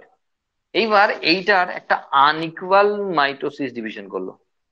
কত কিছু হয়, আনইকুয়াল মাইটোসিস ডিভিশন করলো, তার মানে এটাকে মুছে দিয়ে এখন একটু বড় একটা আর ছোট একটা, দুটোই কিন্তু হ্যাপ্লয়েড নিউক্লিয়াস করলাম। তাহলে ওর ক্ষেত্রেও তাই করবো, একটা বড় আর একটা ছোট, দুটোই কিন্তু হ্যাপ্লয়েড নিউক্লিয়াস তৈরি হলো। এরপর কনজুগেশন টিউব তৈরি করবে, ঠিক আছে? এরপর কনজুগেশন টিউব তৈরি হলো, এই দেখো কনজুগেশন টিউব তৈরি হয়ে গেল। যে মাইক্রো না, যে ছোট নিউক্লিয়াস না, সে মুভ করতে পারে, আর বড়টা, বড়টা যেতে পারে না। তাহলে মাইক্রোটা এদিক থেকে ওইদিকে পালালো, আর ওর মাইক্রোটা ওইদিক থেকে এদিকে পালিয়ে এলো। আলটিমেট যা হলো মুছে দিয়ে, সেটা হলো লালটা এখানে আর নীলটা ওখানে, সরি কালোটা ওখানে। তাহলে ছোট কালোটা ওখানে আর ছোট লালটা এখানে। চলো ফিউজ করিয়ে দাও। গ্যামেট ফর্ম করলো নাকি? গ্যামেট ফর্ম করে নাই, সেই জন্য তো আমরা লিখছি কনজুগেশন, নাহলে তো সিনগ্যামে লিখতাম। গ্যামেট ফর্ম করলো না, নিউক্লিয়াস এক্সচেঞ্জ হলো। এবার এই দুটোকে মিশিয়ে দাও, আর কালার দেখতে হবে না, এই দুটোকে মিশিয়ে দাও। এবার কি হলো, হ্যাপ্লয়েড না ডিপ্লয়েড? এবার কিন্তু ডিপ্লয়েড হয়ে গেল। বলছি ওইটার মাইটোসিস করে দুটো হ্যাপ্লয়েড হতে পারে, কিন্তু এই এক্সচেঞ্জ করি যখন দুটো আলাদা নিউক্লিয়াস এলো, তখন কিন্তু অবশ্যই তাকে অবশ্যই ডিপ্লয়েড বলতে হবে। আচ্ছা, যে গেল, যে গেল সে অ্যাকচুয়ালি মোটাইল, সরি মোটাইল বললে ভুল হবে, যেটা ছিল না, যে বড় নিউক্লিয়াসটা ছিল, ওকে বলা হয় প্রো নিউক্লিয়াস। এই টার্মটা আগেও নিউক্লিয়াস পড়ানোর সময় একবার শুনেছো, মানে কিছু বোঝো নাই, এখনো মানে কিছু বোঝালাম না, বোঝাবো হিউম্যান রিপ্রোডাকশনে গিয়ে। প্রো নিউক্লিয়াস, যে নিউক্লিয়াসটা অপেক্ষা করে না আরেকটা নিউক্লিয়াসের জন্য, ওটা অ্যাকচুয়ালি প্রো নিউক্লিয়াস হয়। তো এটা প্রো নিউক্লিয়াস, ওটা প্রো নিউক্লিয়াস ছিল। যাই হোক, মিলে জুলে যেটা হলো সেটা হলো ডিপ্লয়েড নিউক্লিয়াস হলো। ও বাবারে, কত কিছু করে আবার সে ডিপ্লয়েড নিউক্লিয়াসে ফিরে এলো, তাই তো? ছিল ডিপ্লয়েড নিউক্লিয়াস, মিওসিস ডিভিশন করলো, চারটে হ্যাপ্লয়েড হলো, তিনটে নষ্ট হলো, একটা টিকলো। সে বড় হলো, দুভাগে ভাগ হলো, দিয়ে এক্সচেঞ্জ করলো, দিয়ে তারপর আবার ডিপ্লয়েড হলো। লাভ কি হলো? Genetic recombination. এটা একটা কালার দিয়েছিলাম, এখন দু রকম কালার দিয়েছি, তাই না? আগে একটা কালারে ছিল, আর এখন দু রকমের কালারে আছে, এটাই লাভ। এটাই তো জেনেটিক রিকম্বিনেশন, এটাই তো সেক্সুয়াল রিপ্রোডাকশনের একমাত্র লক্ষ্য, নাহলে পৃথিবীতে টিকে থাকতে পারবে না। ক্লিয়ার? এবার দেখো কি হয়, সেটা হলো এই নিউক্লিয়াসটার তিনটে রিপিটেটিভ মাইটোটিক ডিভিশন হবে। মানে এই দেখো, একটা থেকে দুটো হলো, একবার মাইটোসিস, দুটোরই আর একবার হলো, তাহলে চারটে হলো, চারটেরই আর একবার হলো, তাহলে আটটা হলো।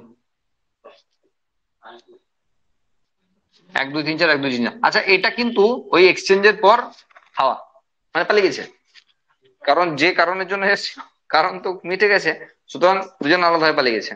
ওইটারও একই জিনিস হবে, এটারও একই জিনিস হবে। একটাকে নিয়ে মাথা ব্যথা করলেই হবে, দুটোকে নিয়ে মাথা ব্যথা করার দরকার নেই। তাহলে পরপর 3 বার রিপিটেটিভ, রিপিটেটিভ মানে তো পরপর 3 বার মাইটোসিস ডিভিশন হলো, দিয়ে দাঁড়ালো 8টা ডিপ্লয়েড নিউক্লিয়াস। কি হবে এবার? ছানা পারবে। এই তো, এই দেখো, বুঝতে পারো নাই? দুটো করে নিউক্লিয়াস নিয়ে ভাগ হয়ে যাবে সাইটোপ্লাজম। তার মানে এই একটা নিউক্লিয়াস আর এই একটা নিউক্লিয়াস, একটা ধাপা করে দাও, তাহলে একটা মাইক্রো নিউক্লিয়াস একটা ম্যাক্রো নিউক্লিয়াস, দুটো করে ভাগ হলো গো। 8টা ছিল, তাহলে দুটো করে ভাগ নিয়ে 4টে হলো। সেক্সুয়াল রিপ্রোডাকশনের ফলে এক একজন 4টে করে অপত্য তৈরি করলো, গল্প শেষ। কি বলো, 3 নম্বরে আসবে না? এত গুরুত্বপূর্ণ বিষয়, এত কিছু ঘটে।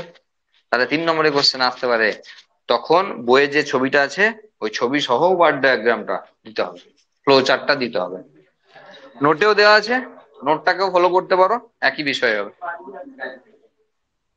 ঠিক আছে, তাহলে আমরা কনজুগেশন প্রসিডিওর দেখলাম স্পাইরোগাইরার ক্ষেত্রে, কনজুগেশন প্রসিডিওর দেখলাম স্পাইরোগাইরার ক্ষেত্রে, এবং এখানে কনজুগেশন প্রসিডিওর দেখলাম প্যারামেসিয়ামের ক্ষেত্রে। সেক্সুয়াল রিপ্রোডাকশন মোটামুটি কমপ্লিট। ঠিক আছে, কোশ্চেন থাকলে বলো।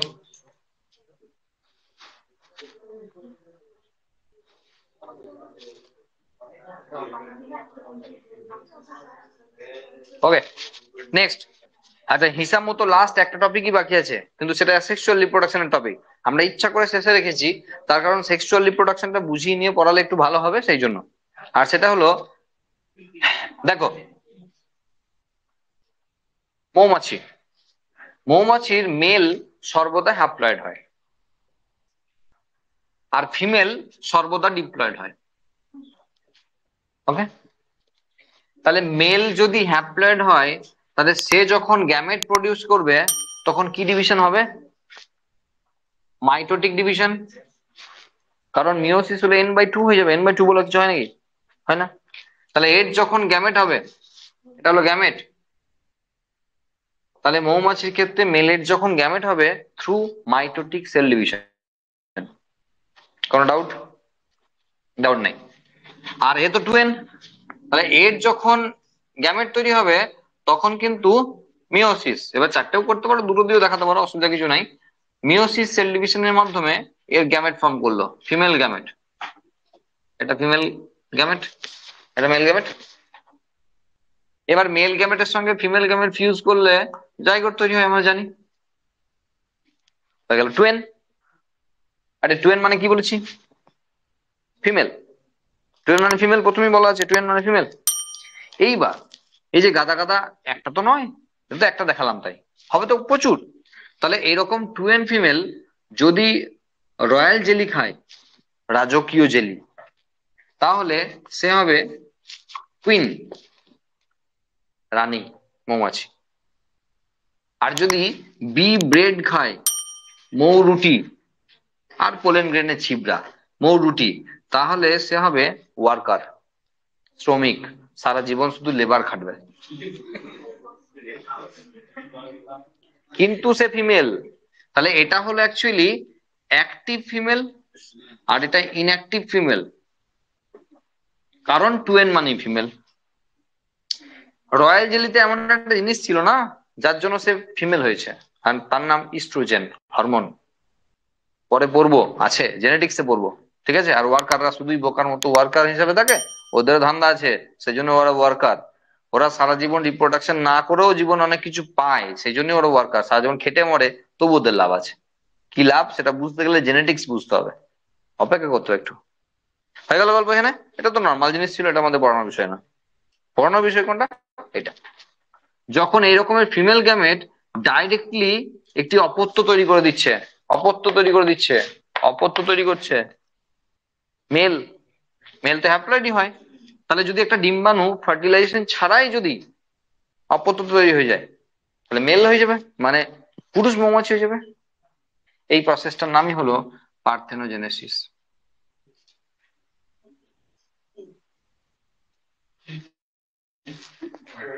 দেখো আবারও কনফিউশনের কেস চলে এলো। দেখো সিঙ্গেল অর্গানিজম থেকে যদি অপত্য হয় তাহলে তো আমরা অ্যাসেক্সুয়ালি বলি, অ্যাসেক্সুয়ালি তো হলো। আমরা পার্থেনোজেনেসিস তো বলিনি তো যে আমরা সেক্সুয়াল বলেছি নাকি? তাহলে পার্থেনোজেনেসিস অ্যাসেক্সুয়াল রিপ্রোডাকশন। আমরা বলেছিলাম অ্যাসেক্সুয়াল রিপ্রোডাকশন আর সেক্সুয়াল রিপ্রোডাকশন দুটো টাইপ, তার পাশাপাশি ভেজিটেটিভ প্রোপাগেশন, মাইক্রো প্রোপাগেশন এবং পার্থেনোজেনেসিস আরো 3 রকমের অ্যাসেক্সুয়াল রিপ্রোডাকশনের টাইপ রয়েছে। আর এটা সেই 3 নম্বরের পার্থেনোজেনেসিস, যেটা one type of asexual reproduction, কারণ সিঙ্গেল প্যারেন্ট থেকে হয়েছে অর্গানিজমটা, সেই জন্য আমরা অবশ্যই তাকে অ্যাসেক্সুয়াল রিপ্রোডাকশনই বলবো। বোঝা গেল এটা বিষয়? এইবার এখানে বলি 2-4টে কথা। এই যে ধরো পার্থেনোজেনেসিস না, পরীক্ষা লাগবে না এমনি পার্থেনোজেনেসিস, মৌমাছির ক্ষেত্রে তো এমনি এমনি হয়, আবার অনেকের ক্ষেত্রে আমরা আর্টিফিশিয়ালি করতে পারি। কেন করি সেটা বুঝতে গেলে আবার জেনেটিক্স বুঝতে হবে। হ্যাঁ, মানে অনেক সময় আমরা হ্যাপ্লয়েড অর্গানিজম তৈরি করতে চাই অনেক পরীক্ষা নিরীক্ষার জন্য। এবার তার জন্য অনেক রকম পদ্ধতি আছে। কোথাও হট ওয়াটার ট্রিটমেন্ট, মানে গ্যামেটকে মানে ধরো ডিম্বাণুকে হট ওয়াটারে গরম জল ছেড়ে দিচ্ছে, দেখা গেল সে তারপরে যে অপত্য দিচ্ছে সেটা হ্যাপ্লয়েড হচ্ছে। কোথাও কোল্ড ওয়াটার ট্রিটমেন্ট, কোথাও অ্যালকোহলিক ট্রিটমেন্ট, কোথাও ইলেকট্রিক শক ট্রিটমেন্ট, ঠিক আছে, কোথাও আবার খুঁজে দেওয়া ট্রিটমেন্ট, মানে নিডিল দিয়ে খুঁজে দেয়, মানে নিডিল দিয়ে ডিম্বাণুকে কিছু মানে খানিক আঘাত করে দেয়, তখন দেখা যায় কেউ কেউ পার্থেনোজেনেসিস করে দেয়। বোঝা গেল? এগুলো অপ্রয়োজনীয়, দরকার নেই। ঠিক আছে, এই মোটামুটি বিষয়বস্তু পার্থেনোজেনেসিস। প্রায় চ্যাপ্টারটা গুটিয়ে দিয়েছি, এবার একবার বসবো আর বইটা একবার নেবো, আর শুধু দাগ কটা দিয়ে দেবো আর বলে দেবো এক্সট্রা আর কি কি নিটের জন্য পড়তে হবে। নতুন দাও, সবার আছে নতুন প্রায়, সেজন্য সুবিধা হবে। বসলাম, দেখো যেখানে দাগ হয়েছিল তারপরে বলছি, কথা না বললে আচ্ছা। মাইক্রো প্রপাগেশনের ক্ষেত্রে এর মধ্যে বলছি ফেলেছে, মাইক্রো প্রপাগেশনের মধ্যে প্রথমেই যা যা বলেছি সব দাগ দিয়ে ফেলেছো নিশ্চয়ই, তাই তো? ডেফিনেশন বলেছিলাম মাইক্রো প্রপাগেশন, এক্সপ্লেন কাকে বলে, পেজ নাম্বার 25। মাইক্রো প্রপাগেশন কাকে বলে, এক্সপ্লেন কাকে বলে, ক্যালাস কাকে বলে, প্ল্যান্ট ডেট কাকে বলে, এমব্রায়োয়েড কাকে বলে, অনুবিস্তরণ ধাপ এবং অনুবিস্তরণের প্রয়োগ। ঠিক আছে, গোটা অনুবিস্তরণ গোটা বাংলায় পড়তে হবে। আচ্ছা, এখানে দেখবে ফ্যাক্ট ফাইন্ডারে কৃত্রিম বীজ দেওয়া আছে, কৃত্রিম বীজ 26 পাতা শেষে ফ্যাক্ট ফাইন্ডারে কৃত্রিম বীজ দেওয়া আছে, পড়বে। যৌন জননের যেটা সুবিধা সেটা অযৌন জননের অসুবিধা, অযৌন জনন বলেছিলাম আগে, ও নিয়ে কথা বলার কিছু নাই। নেক্সট চলে এসো যৌন জনন, কিচ্ছু পড়তে হবে না। কেন? পরের দুটো চ্যাপ্টার পড়বো ডিটেলস যৌন জনন, এখানে শুধু ইন্ট্রোডাকশন দেওয়া হলো। চলো একবারে চলে যাও 29 পাতার ফ্যাক্ট ফাইন্ডারে, যেখানে ওভিপেরাস, ওভোভিভিপেরাস আর ভিভিপেরাস আছে, হয়েছে? এবার যৌন জননের যে প্রকারভেদ আছে তাকে সিনগ্যামি এবং সিনগ্যামির সঙ্গে পরে আবার খুঁজে পাবে না, 2 পাতা পরে গিয়ে 33 পাতায় আছে তার সেকেন্ড পোর্শনটা, কনজুগেশন। মানে সিনগ্যামির সঙ্গে কনজুগেশন সেটা 2 পাতা পরে আছে। ঠিক আছে, মানে যদি 29 পাতায় সিনগ্যামি হয় তাহলে 33 পাতায় আছে কনজুগেশন সেকেন্ড পার্টটা, এটা জন্য আমরা খুঁজতে থেকে যাও না।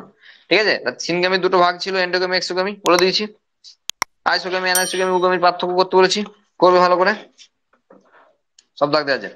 আচ্ছা, আর এখানে ওই 31 পাতায় যেগুলো আছে যৌন জননের ব্যতিক্রম, দরকার নেই এসব। ঠিক আছে, আহ অ্যাম্ফিমিক্সিস অ্যাপোমিক্সিস অলরেডি পড়ানো আছে, দরকার নেই। অ্যাপোগ্যামি হলো যেখানে গ্যামেট তৈরি করে না, হ্যাঁ, গ্যামেট ব্যতীত যখন ওই পড়িয়েছিলাম ক্লাস 11-এ, হ্যাঁ, গ্যামেট উৎপাদন ছাড়াই যখন হয়ে যায়, এইসব নিয়ে পরে আলোচনা হবে নেক্সট চ্যাপ্টারে, বাদ দাও। এইখানে একটা প্রশ্ন আছে ফ্যাক্ট ফাইন্ডারে 32 পাতায়, 32 পাতায় ফ্যাক্ট ফাইন্ডারে একটা কোশ্চেন আছে, সেটা হলো নিওটেনি কি? ইঁচড়ে পাকা শুনেছো? ইঁচড়ে পাকা, হ্যাঁ, অল্প বয়সে পেকে গেলে যা হয় আর কি।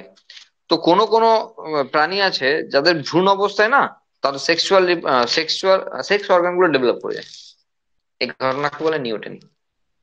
কোন কোন অর্গানিজম আছে যাদের ক্ষেত্রে কখনো সখনো তার ইম্যাচিওর অবস্থায়, ভ্রূণ অবস্থাতেই তার সেক্স অর্গান ম্যাচিওর করে যায়।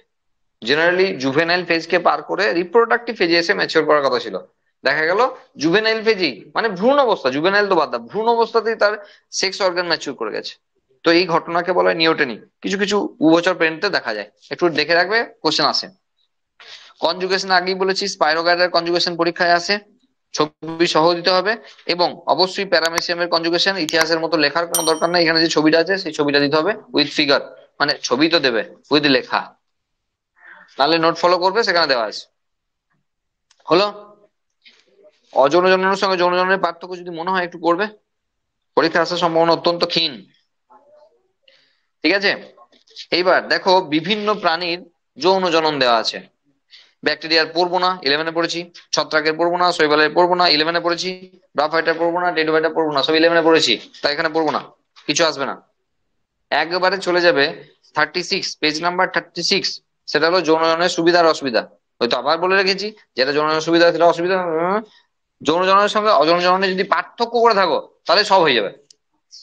বলছি সুবিধা অসুবিধা গুলো আলাদা করে না পড়ে তুমি যদি শুধু যৌন জনন আর অযৌন জননের পার্থক্য করে নাও তাহলে তো সবই চলে আসবে, তাই না? আর এটা তো সহজ ব্যাপার। যৌন জননের একটাই সুবিধা, সেটা হলো ভ্যারিয়েশন, রিকম্বিনেশন। তুমি যাই বলো না কেন, চারটে পয়েন্ট যতই দেওয়া থাকুক সবারই মানে একই। তুমি ভ্যারিয়েশনই বলো আর অভিব্যক্তি বলো আর অ্যাডাপ্টেশনই বলো, সবকটার মানে একই, যে এখানে জেনেটিক রিকম্বিনেশন হয়। এই একটাই মাত্র সুবিধা, বাকি তো সবই অসুবিধা। কারণ আগের দিন আমরা বলেছিলাম মেটিং পার্টনার খুঁজে পাওয়া হেভি চাপের। না, বাঘের কথা বলছিলাম না? তো একটা ন্যাশনাল ফরেস্টে দেখা গেল যে 12টা বাঘ আছে, এবং এত বড় ন্যাশনাল ফরেস্ট যে একটা বাঘের সঙ্গে একটা বাঘের দেখাই হয় না। তাহলে বলো কি করে রিপ্রোডাকশন করবে? তাতে আবার মেল ফিমেলের ব্যাপার আছে, দেখা যদি হয়েও গেল 1 মাস পর দেখা গেলো মেলের সঙ্গেই দেখা হলো, তাহলে আবার হলো না কিছু কাজ, তাই না? সুতরাং এখানে সেক্সুয়াল রিপ্রোডাকশনের সবসময় মেটিং পার্টনার খুঁজে বের করাটা একটা সমস্যার ব্যাপার হয়েছে, যেটা সেক্সুয়াল রিপ্রোডাকশনে নেই। নেক্সট দেখো 36, পেজ নাম্বার 36-এ পার্থেনোজেনেসিস শুরু হচ্ছে। ওখানে তোমার কাজ হলো ডেফিনেশন আর উদাহরণ এই দুটো করা। বাকি পরের পাতায় যত লেখা আছে ইচ্ছা করলে বাড়ি গিয়ে পড়ো, দরকার নাই কিছু। হলো। বলছি পার্থেনোজেনেসিসে 37 পাতায় যা আছে তোমার মন হলে ইচ্ছা করলে পড়ো, কিন্তু পরীক্ষার জন্য অতটা ইম্পর্টেন্ট ব্যাপার নয়। কোনো পরীক্ষায় নয়, নিট পর্যন্ত বলছি, কোনো পরীক্ষার জন্যই লাগবে না। সুতরাং তোমার ইচ্ছা। নেক্সট দেখো 38 পাতায় গিয়ে ফেজেস অফ লাইফ সাইকেল। আমরা অলরেডি আলোচনা করে দিয়েছি জুভেনাইল ফেজ, রিপ্রোডাক্টিভ ফেজ, এসব নিয়ে। বোঝা গেল কি বললাম? বসে আছি, নাহলে তো ভাববে যে বালি বাড়ি বালি গেছে। ঠিক আছে, এবার দেখো এখানে, এখানে একটু মন দিয়ে শুনবে, হ্যাঁ? এখানে কিছু টার্ম আছে, যে টার্ম গুলোর মানে অলরেডি আমরা 11 আলোচনা করেছি, একটা করে বলবো আর মনে পড়বে। তার আগে একবার বলে নি, 39 পাতায় এখানে একটা 12-এর কোশ্চেন আছে যেটা পরীক্ষায় আসবে। সেটা হলো সিজনাল ব্রিডার আর কন্টিনিউয়াস ব্রিডার। কিছু কিছু প্রাণী রয়েছে, সব প্রাণীদের কথাই হচ্ছে, কিছু কিছু প্রাণী আছে যারা নির্দিষ্ট সিজনে রিপ্রোডাকশন করে। এই যেমন একটু আগে হচ্ছিল ব্যাঙের কথা বর্ষাকালে, মাছের কথা বর্ষাকালে, কুকুর আছে নির্দিষ্ট ঋতুতে। আর কেউ কেউ রয়েছে যারা, কেউ কেউ না ম্যাক্সিমাম, যারা কন্টিনিউয়াস ব্রিডার, সারা বছরই, কি গ্রীষ্মকাল কি বর্ষাকাল কি শীতকাল, মানুষ যেমন সারা বছরই রিপ্রোডাকশন করতে পারে। বাচ্চা নেওয়ার ইচ্ছা হলে ঠিক মতো টাইমে, শুধু সময় মেনটেন করে নিতে পারলেই হলো। ঠিক আছে, সারা বছরই হবে। বোঝা গেল? এবার প্রশ্ন হলো সিজনাল ব্রিডারদের কি এমন ব্যাপার রয়েছে যে তারা একটা নির্দিষ্ট সিজনে রিপ্রোডাকশন করতে পারে, অন্য সময় পারে না? সিজনাল ব্রিডারদের কি এমন ব্যাপার রয়েছে যে তারা নির্দিষ্ট সিজনে রিপ্রোডাকশন করতে পারে, অন্য সময় পারে না? সেটা হলো ম্যাক্সিমাম ক্ষেত্রে টেম্পারেচার। এই যে কুকুর নির্দিষ্ট সময়ে রিপ্রোডাকশন করতে পারে, দেখো যদি এখনই এত হেসে যায় তাহলে হিউম্যান রিপ্রোডাকশনে কি করবো? তাই না? একটু ধৈর্য রাখতে হবে, হাসলে হবে না। হিউম্যান রিপ্রোডাকশন করার আগে, রিপ্রোডাক্টিভ হেলথ করার আগে আমি বলে দেবো লজ্জা ঘৃণা, মানে ঘৃণা, এই দুটো জিনিসকে দরজার বাইরে একটু নামিয়ে আসতে, দিয়ে এখানে আসতে ল্যাঙ্গুয়েজটা ঠিক করে, মানে যেন, মানে ল্যাঙ্গুয়েজটা যেন বইয়ের মতো মানে পড়াশোনার মতো করে ল্যাঙ্গুয়েজ হয়, তুমি যা ইচ্ছা জিজ্ঞাসা করতে পারো। মানে তুমি ভাষাটাকে ঠিক রেখে জিজ্ঞাসা করবে, মানে ল্যাঙ্গুয়েজটাকে গন্ডগোল করে জিজ্ঞাসা করলে মুশকিল হয়ে যাবে, তাই না? তুমি যদি ল্যাঙ্গুয়েজ ঠিক রাখতে পারো তুমি যা ইচ্ছা জিজ্ঞাসা করবে, সবের অ্যান্সার পাবে। কিন্তু শুধু ওটাই মেনটেন যেন সেটা মানে, মানে যেটা মানে জনসমক্ষে বলা যায় এমন ভাষা হয়। হ্যাঁ, কোশ্চেন যা ইচ্ছা হতে পারে, নাহলে তুমি লজ্জায় পড়বে, আমার আর কি। হ্যাঁ, লিখে দিলেও মার্জিত ভাষায়, লিখে দিলেও মার্জিত ভাষায় লিখে দিতে হবে, হ্যাঁ। আচ্ছা, যেটা বলছিলাম, তাহলে সিজনাল ব্রিডারের কি এমন হলো, মানে কুকুরের ক্ষেত্রেই যদি বলি টেম্পারেচার, তাহলে ওই নির্দিষ্ট সময়ে না এমন টেম্পারেচার আছে যা কুকুরের ক্ষেত্রে যে হরমোন গুলো তাদেরকে তাদের এক্সাইটমেন্টের জন্য দায়ী, সেই হরমোন গুলো রিলিজ করে যে জিনগুলোর দ্বারা তারা অ্যাক্টিভেট হয় ওই টেম্পারেচারে। তাহলে ওই টেম্পারেচারে ওই জিনগুলো অ্যাক্টিভেট হয়, আর সেই জন্য তাদের সেই সময়ে সেক্স হরমোন রিলিজ করে, আর সেই জন্য তাদের যৌন উদ্দীপনা দেখা যায়, আর তার জন্য তারা রিপ্রোডাকশন করে। এবার বিষয় হলো, আমরা তো ওয়েদারের 12টা বাজিয়ে দিয়েছি, কোথায় কোথায় কোথায় ভাদ্র মাস, যে কোনো সময় রিপ্রোডাকশন এখন দেখবে হতে পারে। মানে বলছি যে ওই টেম্পারেচার আমরা বছরে যে কোনো সময় ফর্ম করে দিতে পারি, মানে দিয়েছি আর কি অলরেডি। মানে দেখো না, প্রতিটা সপ্তাহে একটা করে নিম্নচাপ, মানে বর্ষাকাল। হ্যাঁ, সপ্তাহে দুদিন করে বর্ষাকাল।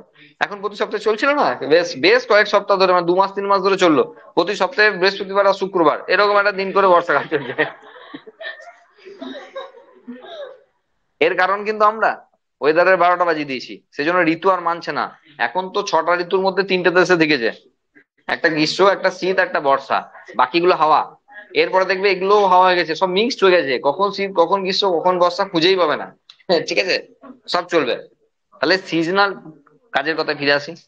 সিজনাল ব্রিডার হলো তারা যারা নির্দিষ্ট সিজনে রিপ্রোডাকশন করতে পারে, আর কন্টিনিউয়াস ব্রিডার হলো সারা বছর ধরে রিপ্রোডাকশন করতে পারে। ওকে, এই দুটো জিনিস 12 এর জন্য আসতে পারে। নেক্সট, এবার একটু মন দিয়ে শুনবে যেটা বলছিলাম। সেটা হলো এই যে জীবের যৌনতা বা সেক্সুয়ালিটি ইন অর্গানিজম, এখানে দেখবে প্রচুর টার্ম রয়েছে। এই টার্ম গুলো আমরা 11 আলোচনা করেছিলাম। একবার দেখো, হোমোথ্যালিক, ধরো একটা থ্যালাসের মধ্যে যদি মেল ফিমেল দুটোই থাকে, ধরো রিক্সিয়া, দেখা গেল একটা থ্যালাসের মধ্যে মেল ফিমেল দুটোই আছে, তাহলে হোমোথ্যালিক। আর যদি দেখা যায় ডিফারেন্ট বডিতে রয়েছে, হেটেরোথ্যালিক, যেমন টেইডোভাইটার ক্ষেত্রে ছিল। থ্যালাস মানে বুঝতেই পারছো, মূল কাণ্ড পাতায় বিভেদিত করা যায় না। তাহলে হোমোথ্যালিক আর হেটেরোথ্যালিক বিষয়টা পুরো নিটে লাগবে, বোর্ডে একটুকু লাগবে না। নেক্সট রয়েছে বাইসেক্সুয়াল। দেখো, বাইসেক্সুয়াল অ্যাকচুয়ালি ফ্লরের ক্ষেত্রে বলা হয়, ইউনিসেক্সুয়াল ফ্লরের কথা ক্ষেত্রে বলা হয়, মোনোসিয়াস ডায়োসিয়াস প্ল্যান্টের ক্ষেত্রে বলা হয়। আমরা আলোচনা করেছিলাম মর্ফোলজিতে। বলছি, ধরো এই কথাগুলোই বলেছিলাম। দেখো, তাল গাছ, তাহলে এক ধরনের তাল গাছে দেখছি তাল হয়েছে, এক ধরনের তাল গাছে তাল হয়নি, মোচার মতো লম্বা লম্বা কিছু বেরিয়েছে, জ্বালানি করে। আর গ্রাম্য ভাষায় বলে বাঁজা তাল গাছ ওগুলো। বাঁজা মানে বন্ধা, মানে ওগুলোর নাকি, আরে ওগুলো তো মেল। তাহলে যদি তাল গাছের সন্তান হয়, তাহলে মেলদের আবার কি করে সন্তান হবে ওরকম করে ডাইরেক্টলি, তাই না? এই কথাগুলোই বলেছিলাম। তাহলে দেখো, গাছটাই আলাদা, সেই গাছে ফুল তো সেই গাছেরই হবে, মানে মেল গাছে মেল ফুল, ফিমেল গাছে ফিমেল ফুল। সেকেন্ড অপশন কুমড়ো গাছ। কুমড়ো গাছের ক্ষেত্রে একটাই গাছ, কিন্তু মেল আর ফিমেল ফ্লোর আলাদা। না, বলেছিলাম মা বসিয়েছিল খুব শখ করে, 100টা ফুল হয়েছে, দেখা গেল একটা মাত্র কুমড়ো নিয়ে ফুল হয়েছে, বাকিগুলো শুধুই ফুল হয়েছে। যেটা কুমড়ো নিয়ে ফুল হয়েছে সেটা হলো ফিমেল, সেটাই একমাত্র কুমড়ো হতে পারে, সম্ভাবনা আছে। আর বাকিগুলো তো এমনি তুলে ভেজে খেয়ে নাও। বোঝা গেল কি বললাম? আচ্ছা, আর আরেকটা রয়েছে যেমন জবা, ওর একটাই গাছ, একটাই ফুল, এবং সেখানে মেল আর ফিমেল দুটোই আছে। তাহলে মোনোসিয়াস ডায়োসিয়াস কথাগুলো প্ল্যান্টের জন্য, মোনোসিয়াস ডায়োসিয়াস কথাটা প্ল্যান্টের জন্য, যে ওই প্ল্যান্টটা মোনোসিয়াস মানে একটাই টাইপের ফ্লাওয়ার হয়। কিন্তু যখন ফুলের কথা বলছি তখন ইউনিসেক্সুয়াল আর বাইসেক্সুয়াল ফ্লাওয়ার। তাহলে টার্ম গুলোকে মাইনিউটলি খেয়াল করতে হবে নিটের জন্য।